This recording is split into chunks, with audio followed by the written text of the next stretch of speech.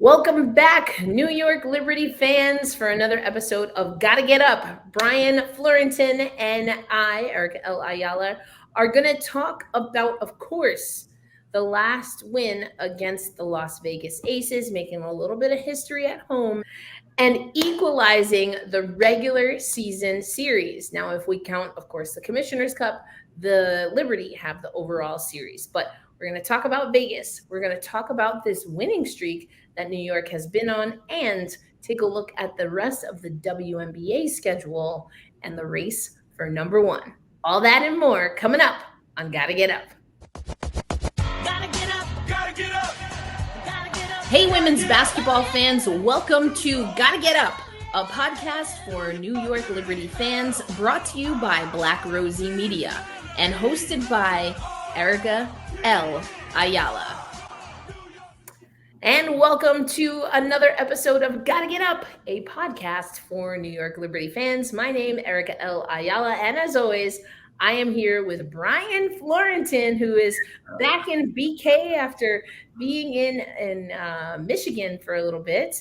But Brian, we're so happy to have you back. I know you've been making your rounds and catching up with the team since being back, including being at Barclays for last night's win over Vegas. And let's see. Yes. Props always work. If there's a giveaway to have, you grab it and you take it home with you.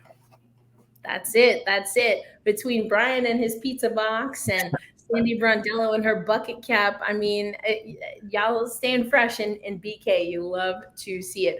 But okay, Brian, we know we had another big matchup between the New York Liberty and the Las Vegas Aces. It was the final regular season matchup between these two sides. Coming in, the regular season record was 2-1 in favor of Vegas. Of course, that does not include the Commissioner's Cup. So New York was able to level the series. How did they do it? There were so many great sort of factors that the Liberty did right. One thing that I thought was most impressive was their defense. Even though Asia went off and had a great scoring game, they made it incredibly hard for her. Like, I saw Jack Maloney from CBS made a great observation that every time Asia was in the low post, he had a bunch of and Vegas tries to counteract by getting her more to face up against the Liberty defenders, and that's where she had a little bit more success. But even with that, the Liberty threw a crowd at her pretty much every time. Every time she tried to drive to the basket, there was extra help. They were able to get a lot of turnovers based off of that. They were able to get in transition and really sort of push the tempo against Vegas. And also, for a lot of the night, they played 5-on-4. Sandy Brondello and the Liberty almost made it a deliberate point to really ignore Kia Stokes and Alicia Clark, which was really surprising because throughout the season, Clark had been a really fantastic three-point shooter, but the strategy was we can play off of those two and put extra focus and attention on the big four, and it worked out. It was a fantastic strategy. Even though Wilson was great, Kelsey Plum had one of her worst games of the season. Chelsea Gray had one of her worst games of the season, and the duo of Menage Laney and Kayla Thornton were essential on defense, making it really hard for her, contesting every shot she put up. They were really able to get that success and really push the tempo and really wear Vegas out.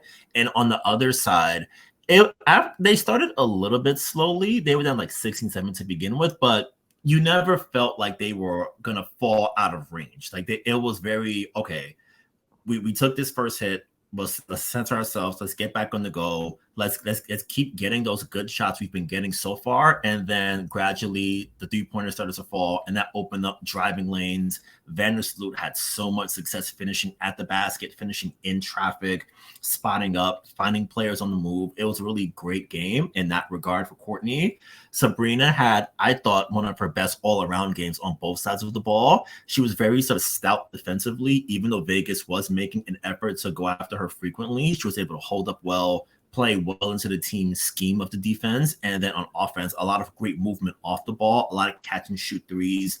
And on those moments where Vegas was sort of like take their foot off the gas or have like those momentary lapses, Sabrina's flashing open for wide open threes every time and cashing in. So for the Liberty, it was a situation where great ball movement, timely off ball movements, great cuts, owning the glass again, great switching on defense, great help when there's a great post player who's going to work. All of those things came together and really put forth a great all-around performance in front of a record crowd at Barclays last night. And so I want to dive a little bit deeper on the defensive side, because we've talked a lot and there has been a lot of talk about how either one of these teams defensively was going to game plan. Given that these are the top two teams in the league, both can crush you in transition. The New York Liberty in particular, I think, are the more consistent team from the perimeter, but that's not to say that, the Las Vegas Aces can't drop anvils from deep and just absolutely crush and annihilate teams. But I think what we saw is the defense for the Aces in this series has fallen a little bit to the wayside, and the discipline that they've had defensively early on, not just against the Liberty, but just overall, has fallen to the wayside. Yeah, I mean, I thought we made, especially in that second quarter, we made a lot of mistakes defensively. I thought we cleaned it up a little bit better. It's that third quarter and that stretch from when they called the timeout, that run on, from midway through the first into the second. I thought that was the difference of the game. Were there some forced shots here and there? Yeah, there were. But that's going to happen throughout the course of the game. It can't be bad shot, bad defense, bad shot. Those are the little streaks and little runs that we have to try to clean up. There's not a lot of room for error against this team. There's just not too much firepower. Where the New York Liberty have gained even more discipline defensively and are really playing defense by committee to, again, not just to expose weaknesses from the other team, but maybe even more so protect air quote weaknesses, or just make sure that they are defending by committee, which is effectively what you have to do against Aces. So let's go a little bit deeper into the defense. First, let's talk about, Brian, what you really, really liked, and if there was something that stood out to you that the Liberty did differently in last night, Monday night's game, comparative to the last time they played Las Vegas at the Aces home court. Well, one big difference from, I guess, a similarity that turned into a difference from the fourth meeting in Vegas to last night's game was that when JJ got into foul trouble, the Liberty did not fall off a cliff. Like last time, JJ got into early foul trouble, and then they just went down by a bunch, and they had to fight back to get back into the game. And then they sort of ran out. They sort of like didn't bring it all the way home in the fourth quarter. This time, Panay Laney in postgame told us that they played with a lot more aggressiveness on defense in this game as compared to that last game, and it really showed. They really played a lot of great physical defense. Like every time they would try to do like a cross screen for Asia, they give it like a nice little bump, just nothing dirty, just like very legal. Just hey, make sure that you feel me while I'm here. And then when you get to your spot, you're gonna have you're gonna have a bunch of hands crowding you out, making it really hard. And I think it really stood to the effectiveness of Kayla Thornton and Stephanie Dolson. Mm-hmm. They only scored 3 points between them, but I thought KT in particular was excellent. Like she was really great. She's doing a great job handling the switches. Like there'll be plays where she gets switched onto Gray and she'd really force out into really difficult fadeaway jumpers late in the clock. And having a defender like KT who can play the 4, who can slide down to the 3 in a big lineup, it gives them a lot of flexibility, and a player like KT who just gives you that maximum energy, that maximum effort, and is someone who can guard up and guard a big and can slide down and guard some perimeter players as well too. It's almost like a Swiss Army knife coming off the bench, and it ensures that Sandy's always going to have a lockdown defender on the court at all times. And I think just for the Liberty, just overall, the activity level on defense has really been picking up and gradually improving. Just as a quick aside, like when they beat the Lynx on Saturday night, we talked about, like, there's so much talk about the 111 points, which was a season high, but the activity level on defense was amazing. Like, there were so many possessions in the second quarter where the Lynx would think that where the Lynx kind of tried to get a shot up, but Jocelyn Willoughby's flying at you, KT's flying at you. They're switching everything seamlessly. It's like a perfect like chain link fence where everything is connected and it's encircling everything around you. And I thought that was the same thing last night. The defense was really great. When like there'd be moments where like the players would switch onto Plum and then, oh hey, there's someone else who picks up Asia on the roll, making sure that you're always playing the passing lanes, really doing things like that. And I thought also for Dolson, she didn't get a block, but she had some great rim protection as well too. There were a couple drives that Plum had where Dolson was on the court and she was able to just do the verticality, just keep your hands up, don't foul, lean. That's great. That's great, smart, heady defense, and it boosts up the Liberty's transition attack from there. So I think it was almost a master class in execution, in preparation, in scouting, and in effort. So I think for the group, when they look back at this tape, they'll be able to highlight so many great subtle moments of what they did right and how they were able to sort of like amplify their strengths and build on what they needed to do.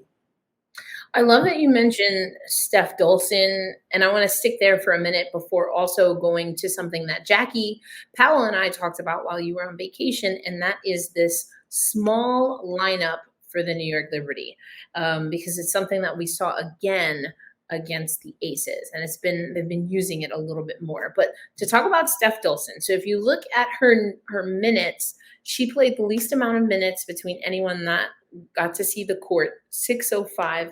The 3 points between her and Kayla Thornton, well, they all belong to Steph Dolson. Kayla didn't have any points, but she put in almost 18 minutes of service. And again, we'll probably talk about Thornton a little bit more when we talk about the smaller lineup. But for a game where John Cole Jones, and arguably in controversial fashion, picked up 5 personal fouls, to see Steph Dolson only have 6 minutes and then Hanju, Niara, and Jocelyn not see the court at all. If you had told me just by looking at the box score that the Liberty would have won a game where all of those things were true, I'd be like, you lying. There's no way. John Cole Jones in foul trouble, Steph Dolson playing less than 7 minutes, and Kayla Thornton not scoring, and the Liberty won the game? No way. But I think that goes to, again, the defense by committee. I just called like almost 30 plus hockey games. And so as you were talking, I was thinking of the hockey phrase that we talk about a lot, which is when it's basically a high press. In basketball, we would call it a high press or a full court press. In hockey, they call it forechecking.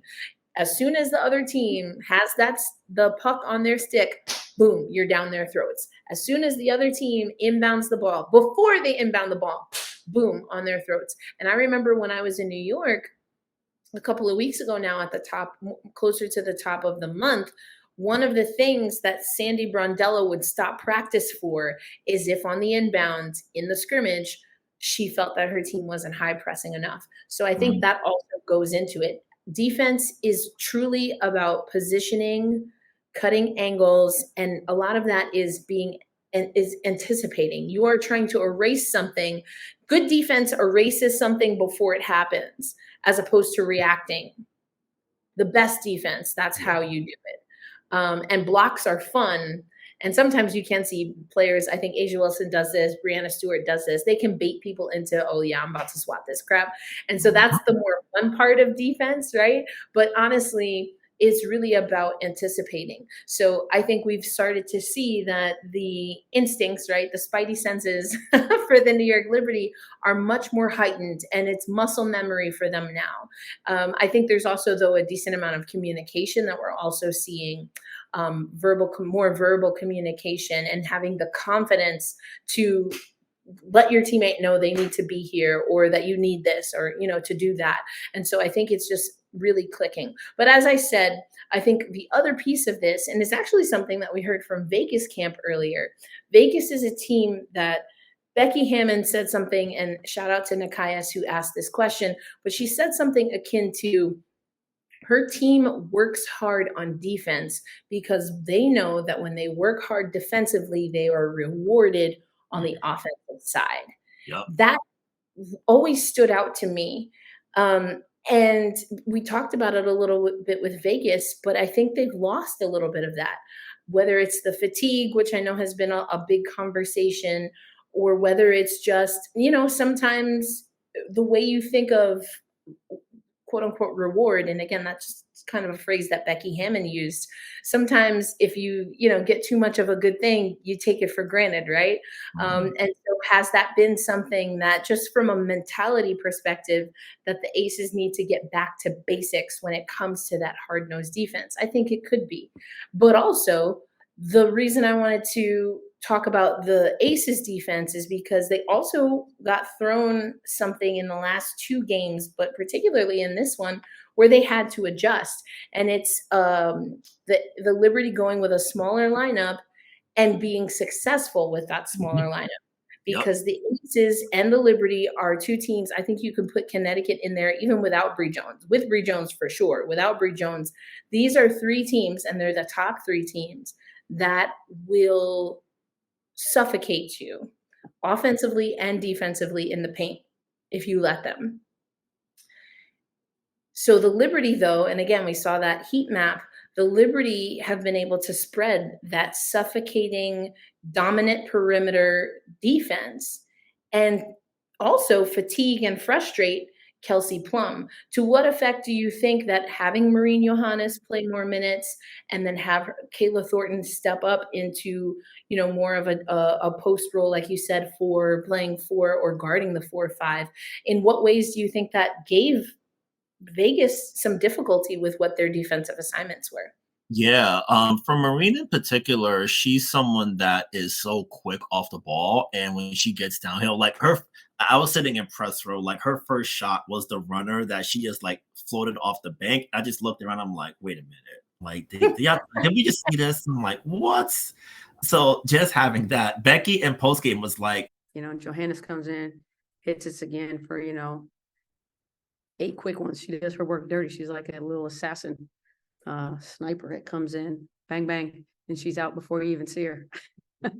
The behind the back 3 that she shot over Wilson, like I was sitting next to my guy Lucas Kaplan. I was like, pull that up on the replay so I can watch it again. This oh my god, how? And I think for Marine in particular, just having a guard who has a quick release, which I think is very valuable, especially against a team that's as good defensively as Vegas is. Just someone who moves well off the ball, who's always active, always on the go, can just make any kind of pass and any kind of shot. So you never really know, you're thinking she's going to go left. She's going backwards. So it's never a situation where you can just plan out and expect her to be, I guess, predictable in a sense.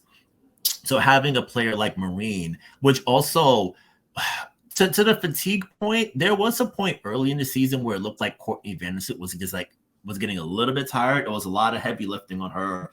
I think last week you and Jackie talked about Brianna Stewart's minutes. So having a situation where you can sit Courtney down for a while, or if they're doing a 3-guard lineup, have her dial back a little bit, just sort of create and leave the shot making to Marine and Ionescu and Laney. Doing stuff like that helps. It keeps players on the court, but also it dials back their responsibilities. So it's like they're not burning those extra miles while they're out on the court. You mentioned Courtney Vandersloot, and something that, yes, Jackie and I did talk about, even if just more on a tertiary level, because we really dialed into Maureen Johannes on that 2-part series. Go check it out if you haven't listened over on Black Rosie Media.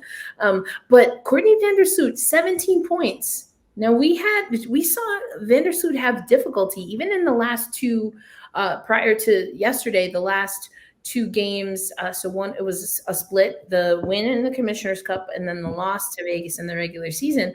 But we saw Courtney Vandersloot struggle a little bit. And she talked about that as well, from what I understand, about discussing as a team that there were times maybe where she needed to look up. Sabrina talked about it, I should say. I was like, was it Courtney or Sabrina? But same thing. I think Courtney fell into the same thing where she might have been driving to kind of disrupt Yeah. Exactly.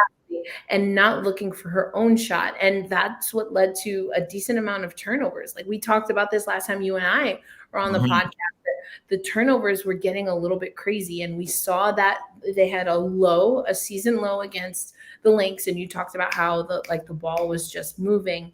But I think, yes, to your point, having that smaller lineup, again, JJ in foul trouble and the team being able to weather that storm because, we have on our little rundown 11 of the last 12.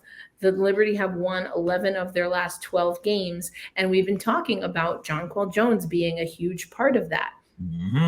Still true. Jonquel Jones had another great performance against against the Aces. She had 10 rebounds. Now her points were low, and of course her fouls were up. But those 10 rebounds, again, we talk about making the right play at the right time. And we've talked about this before. Jonquel Jones does not always have the most level head, but we have been talking about Jackie and I talked about it, how she's been getting more mature. And I do think Monday's game was indicative of that. Things got a little dicey with her, and Kayla. But I think that overall her approach to it was mature. She was able to stay within her game. And most importantly, the Liberty were able to get things moving. And so we talked about this, I want to say maybe like week 4 or 5, but there was something that Sandy Brondello said where she said there's, I'm going to paraphrase it, but there is kind of a gift in having upside. She was asked, I think it was another ESPN or ABC game, and Rebecca Lobo was reporting that Sandy Brondello was questioning how much better can Vegas actually get. I remember that. Came out the hop like a bat out of hell. How much better can they get? And it's not an indictment on their work ethic. It's just they happen to have played arguably, or at least Sandy Brondello was questioning if Vegas had more that they could offer when they were singing on all cylinders so early in the season. And she knew her team was not. We were talking offline about, how the super team ain't so super. And how Sandy, after that loss to Chicago was very blunt with us in media. But she also was always consistent. The New York Liberty has always been consistent in saying, we're not there yet. We're not at our complete 40. And we know that there's work we have to do to get there. And Brian, winning 11 of their last 12 games, including 2 wins in the regular season, 3 overall in that last stretch against the Vegas Aces. Do you agree now, in hindsight, with what Sandy Brondello said, with that, there's an advantage to having more runway and more upside? Yeah, I think it's so hard to make it to make it to the top of the mountain, but it gets even harder to stay there because you know that every night you can't sort of like dial it back even a little bit because you're going to get maximum effort every single night. I think back to the second game, the first one in Brooklyn, where the Liberty won by a lot. When the Liberty got up by like 20 something, people were like, oh, maybe they could start slowing it down. You can't. Vegas is too good. You cannot. Like it comes. It's a natural respect for a champion, and a champion that had been as dominant and incredible as Vegas had been to start the season. You have to give them as close to a full 40 as humanly possible. Like, you can't let up. You can't have those mental mistakes. You can't be like, oh, it's 15 points in 5 minutes ago. Who cares? No, you play the whole way through. You do not let up. You execute your scout. You do everything to the best of your ability as long as you can. And then when it's over, then you relax. And I think for teams who make it to the top, you want to stay there, but the road gets longer, the pressure mounts. It's not even so much things that you're doing yourself. It's just like everything around you just like starting to pile up. For this Vegas team, the core of the team has been on these runs for a while. In 2019, they lost to Washington in a deep series. 2020, they made it to the finals and lost to Seattle. 21, conference finals, lost essentially at the buzzer to Phoenix. 22 Commissioner's Cup and championship this year. Historic run, now trying to repeat and stay there. It's a lot of basketball, a lot of high stakes basketball. And I think if we see them again, they're going to be up for it, but getting there is going to be really hard. And, teams are continuing to get better. Teams at the bottom of the standings are getting healthy. One team in particular that they lost to, they're back at full strength. And New York, we're going to see them to end the season. Who knows what's going to happen with them? So there are these teams that are really good. They're gonna be lined up waiting for you in particular, and you're never gonna be able to get that moment where you can just sort of like kick your feet up a little bit and go at 70% in the game. You got to go full bore every night, and every night you're gonna have someone waiting for you, looking to take you down in particular. So it's always, you got to always keep the meter all the way up here. Every single game, 40 games, and now postseason, long stretch again. So it's a hard task. It's a hard ask. It's tough. And I feel for Vegas because right now is the time where you want to be not in, I don't want to say in cruise control, but you want to be on that part of a long journey where you, without having to look at the speedometer or, you just are in the groove. Like you're feeling the road, the playlist is popping, like everything is running well. The Aces had that early, and now they're getting to the point where it's like, all right, do we stop for gas now, or do we try to get to where we're going and see what happens? But then what happens if we hit traffic? They have to make these decisions, right? And it's not that they're not going to get to the destination, which for them, I really do think is getting to another finals. The way that they played this season, I do think it's finals or bust for them. And I still think they can get there, but they're going to have to get a little uncomfortable in having to maybe do more start-stopping at this point in the season, where the Liberty had that start-stop and that jerk kind of out of the car park. They had that early, and now Vegas just happens to be going through that as we're inching closer to the playoffs. But the good news for Vegas is they've already clinched a spot. They're still holding on, at least for right now, to first place. And they have a literal 2-time over Hall of Fame coach. And those are, whether it's Kelsey Plum, Chelsea Gray, Asia Wilson. I mean, we can literally go down the line. Those are some dogs, okay? So whatever Vegas is going through now, I mean, I don't know if it's going to stick, but that's going to be a matter of how much are they willing to really tap into that dog. Because it's one thing when you have to hit that in the playoffs. Everyone understands that your adrenaline is going. I would argue it's more difficult to do in the regular season, and it's even more difficult to do when you've had success early in the regular season and now you're having to recalibrate so close to the playoffs. Not impossible. If a team can do it, it is the Aces. But that does bring us to our last bullet point. We want to talk about the upcoming schedule because it is going to be important for many teams. Unfortunately, you talked about really playing a complete 40. It's unfortunate that not only has Seattle not made the playoffs, but there is some conversation about maybe them not playing out a full, to the full clock. And that's why you have to play the way you play every time, because you don't want to have to looking at those shoulda, coulda, wouldas. But the teams we know who are eliminated, the Seattle Storm and the Phoenix Mercury, snapping a streak of the most postseason appearances. And the New York Liberty, you mentioned my colleague over at CBS Sports, Jack Maloney. He has his power rankings up again. And the New York Liberty have superseded the Aces in the CBS Sports Power Rankings, and I think that's appropriate. The Connecticut Sun also clinched a playoff spot at the time, Brian, you and I are talking, I guess about a week ago now. The AT MVP campaign is like something to behold. I'm like, okay, fam, y'all better do that.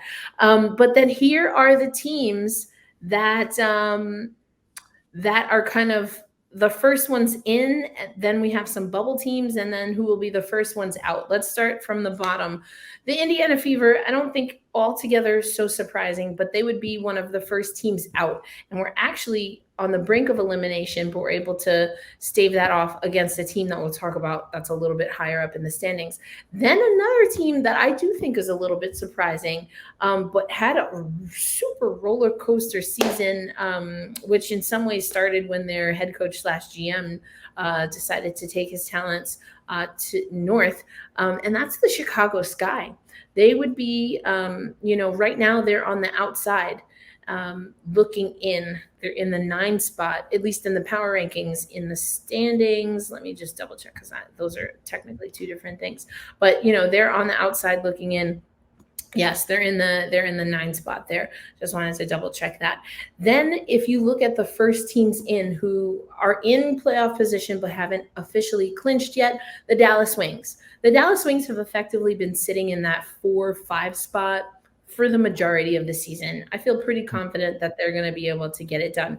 The team behind them in the power rankings for CBS, but then also in the standings, is the Minnesota Lynx. Now, this is a team that struggled mightily early on, and there's a little bit of drama. If you follow Ariel Powers on social media, you might know a thing or two about that. But this is a New York Liberty podcast, or a podcast for New York Liberty fans, so we're not going to talk about that too much.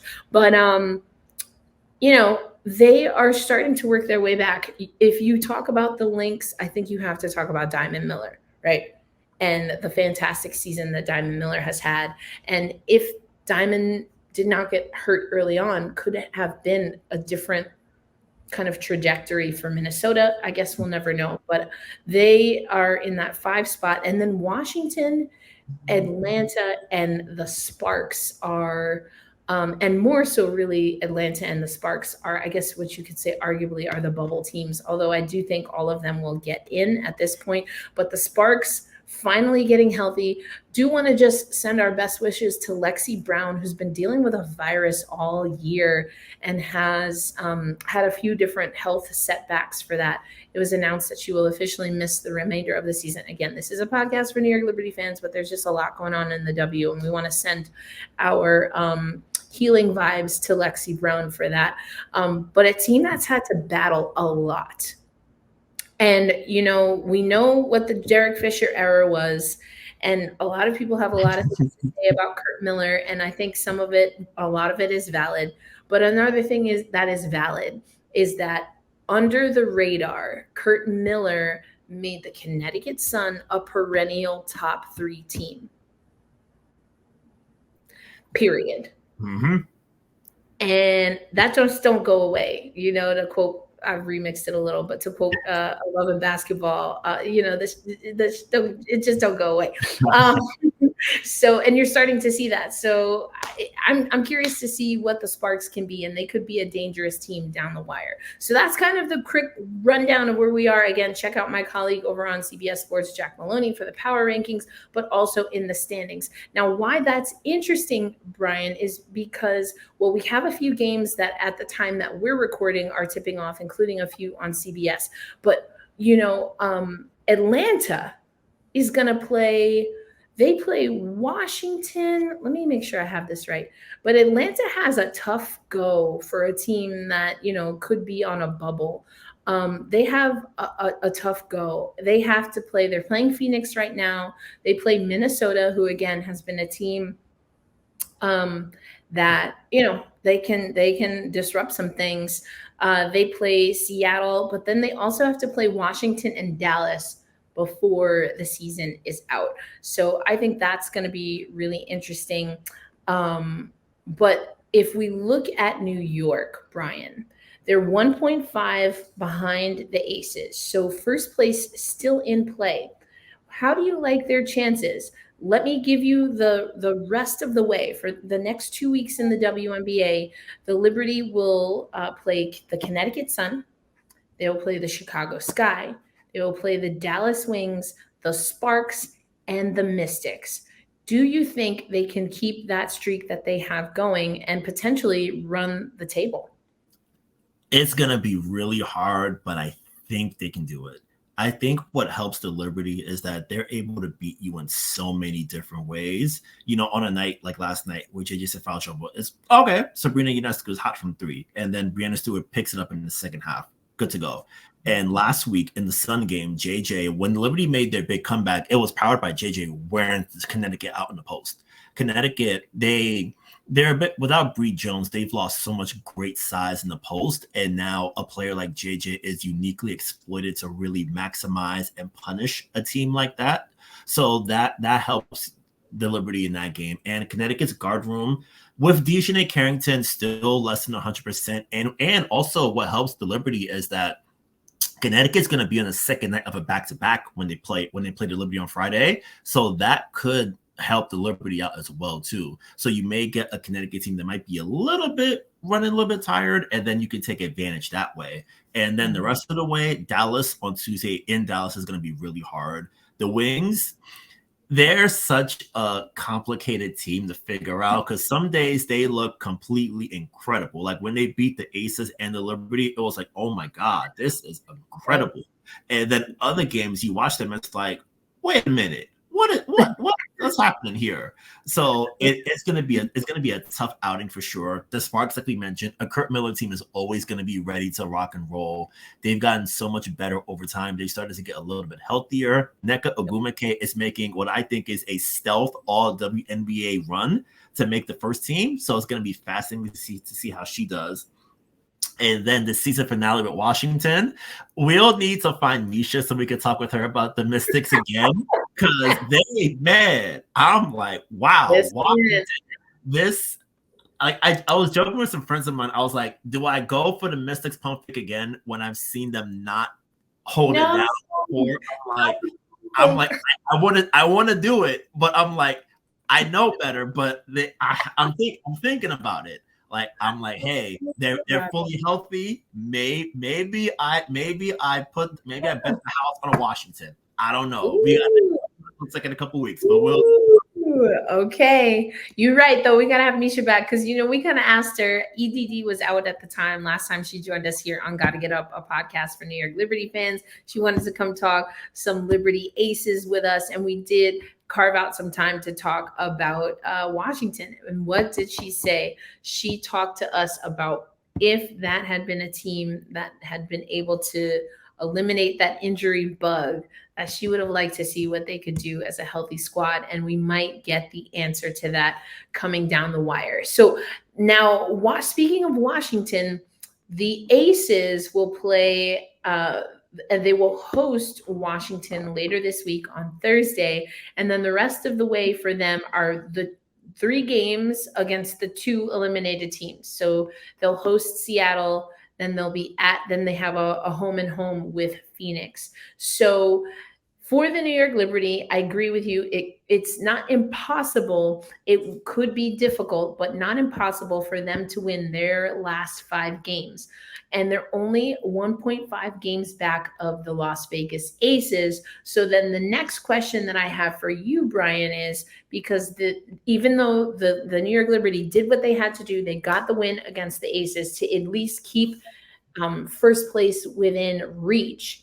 Do you think, though, that they will get the help they need from the Aces or maybe I should say, will they get the help that they need from either Washington, Seattle, or Phoenix to give the Aces at least one more loss before the regular season wraps?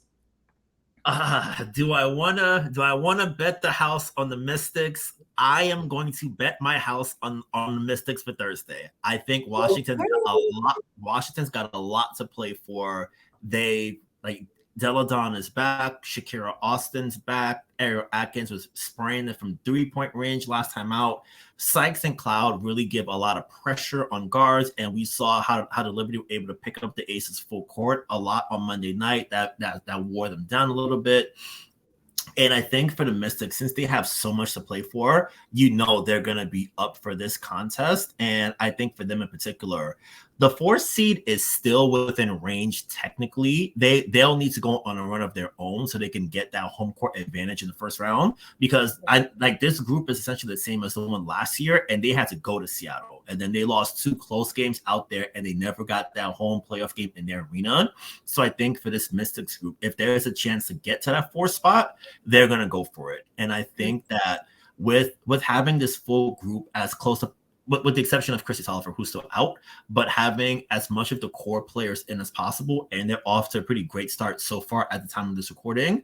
I think they're going to have just enough to get by Vegas on Thursday. And from there, if the Liberty run the table, because I don't see the Aces losing to Seattle or Phoenix the last 2 games of the season. So if the Liberty are able to get that help on Thursday, I think that'll be enough to power them to the finish line for the 1 seed.